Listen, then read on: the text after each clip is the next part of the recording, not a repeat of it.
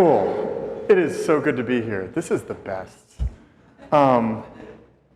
So I have a two-stage presentation for you. I'm going to talk a little bit about something that's cool, and then I'm going to take you behind the curtain. So this is something cool. This is something this is the thing I'm excited about these days, and it's photogrammetry, which is you take a lot of pictures of something, and then you upload it to the cloud, and it turns into a 3D model, and you can just make a copy. And I had originally planned to go to the Met and steal everything. And then I talked to them, and it turned out we had the same values of, I was like, I want to make everybody be able to print anything here. And they were like, well, actually, we do too. We want to be able to get as many eyes on the artwork as possible. That's our goal. So we actually did a collaboration, which I would have never have thought. Like, I was like ready to steal it all. And they were like, no, come on in. Like, we've got soda. And so this is in the background. You can see Michael Curry with a camera. He's capturing an urn. And this is a sculpture that artist in the group liked. And this is sped up a little bit. And basically, it builds it up layer by layer by layer. So if you haven't seen a MakerBot, you can come down and see it in real time downstairs if you want. So then, there it is. And so then John is, one of the cool things you can do with 3D models these days, you can mash them up. So you can take, you can take a rabbit and a dragon, and you can have your own drabbit or dragon. And so John put this really unhappy person on the head with Lita and the swan, on the head of a swan. So you've got this like interesting thing going on of like somebody really angry and somebody looking very lovingly into their eyes. Anyhow, I thought to me, that's something cool that's going on right now in the community of 3D modeling and 3D making. So I thought you should see something cool. So one of the things that I love about why we're here is there's so, raise your hand if you like do stuff. Hells yeah. So a lot of us in the room, I'm sure, have taken a project and turned it into a business, or maybe resisted turning it into a business. And with MakerBot, we started out with a project. We actually worked on the RepRap project first, and when we couldn't, which is an awesome project to make self-replicating rapid prototypers. Only trick with that is you need to have one to have one. So, so we started MakerBot so that people could have a platform for having a 3D printer in the home. So what's cool is that, so we did that, and we started that. But what we've got in the room here that's really interesting resources, we've got all sorts of people who are living on the edge of what's possible, and then are finding ways to make that what they do. And we're sharing, which just makes it all like glow with lots of LEDs. So I'm going to talk a little bit about where we're at right now and what I stay up late and stressing out about and thinking at night, because I think that might be interesting.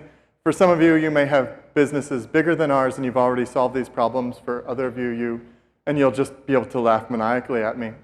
And then for others of you, you may have a 2 or 3 person business and you're growing it, and I can give you a glimpse into what will keep you up late at night. So things are moving along. And we basically are doing this because we love it. I think that's another theme of this conference is like, figure it out because you're going to be stuck doing it for a while. And find out a way to do it so that so it's sustainable. So I could do a whole presentation on just this slide, but I'm just going to move ahead. So one of the things that we learned that I've just figured out, so when we got to about 60 people, we'd been doing everything on a shoestring. So I was hiring people who didn't need a lot of money, had a lot of enthusiasm, but no experience. And that works up to a point, and it's actually a wild ride because you can just you can live on making mistakes. You can be like, yeah, we're going to hit ourselves. We're going to hit every single wall until we find the door. And then at some point you realize, and this is another thing that just keeps coming up, is like, okay, let's get in it. Let's get engineers. Let's get an accountant. Let's get a lawyer on retainer and figure some stuff out. And that kind of is, you don't have to do that, but it's actually like, it takes some of it off your plate. Another theme that's come up that it's just so interesting, I'm like, oh yeah, I'm going to talk about that later, is cloning. So we've been in Attack of the Clones this summer, and so it's kind of our own fault because we created this really cool technology and then we share it all and licensed under a license that allows anybody to do anything they want with it. And then, of course, now we've got folks who are, we had a couple folks this last summer who, we've got one company in China called MBot, and they're basically taking MakerBot and making them over there and selling them for cheaper. And then we had somebody else in the States do a Kickstarter that didn't work out, but he was going to he literally took a MakerBot and said, I'm going to make these in China and it's going to be cheaper, buy them from me instead. It was kind of nice to have that not work out. But it makes it tricky because we actually spend a lot of time developing it, and we do it because we love it, and we share because we want more innovation in the world, and we want things to be improved.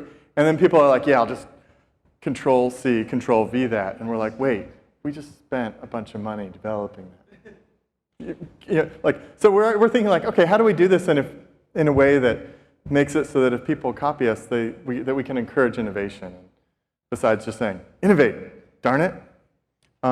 So that's one of the things that I have to think about, is how to deal with clones and how to keep innovating while still sharing. So that's something I'm thinking about.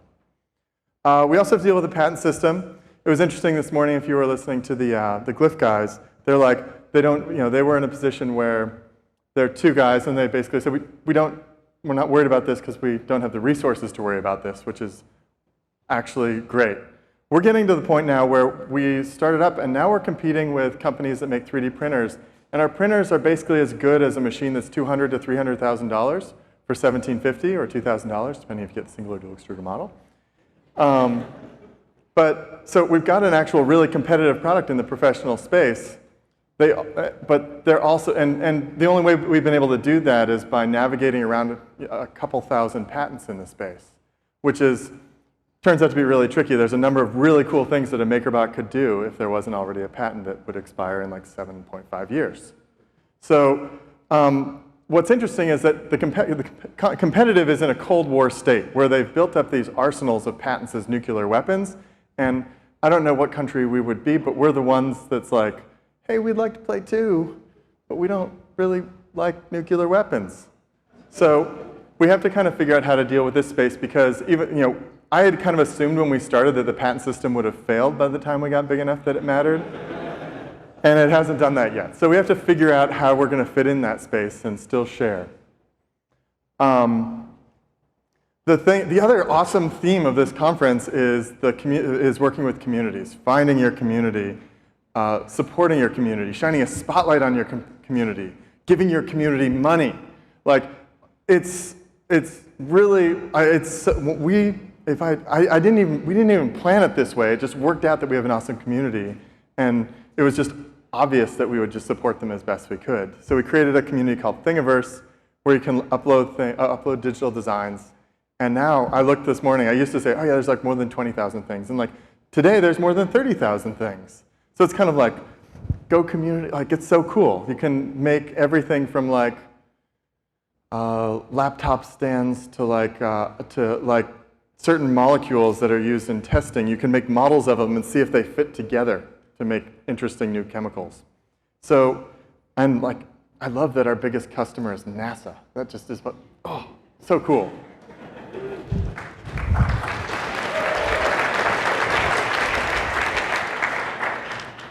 So, I'm just kind of telling you what I stay up late night thinking about, so that it maybe gives them some insight into where you might be if your company grows to be about 150 people and 52,000 square feet of manufacturing space in Brooklyn, or Portland.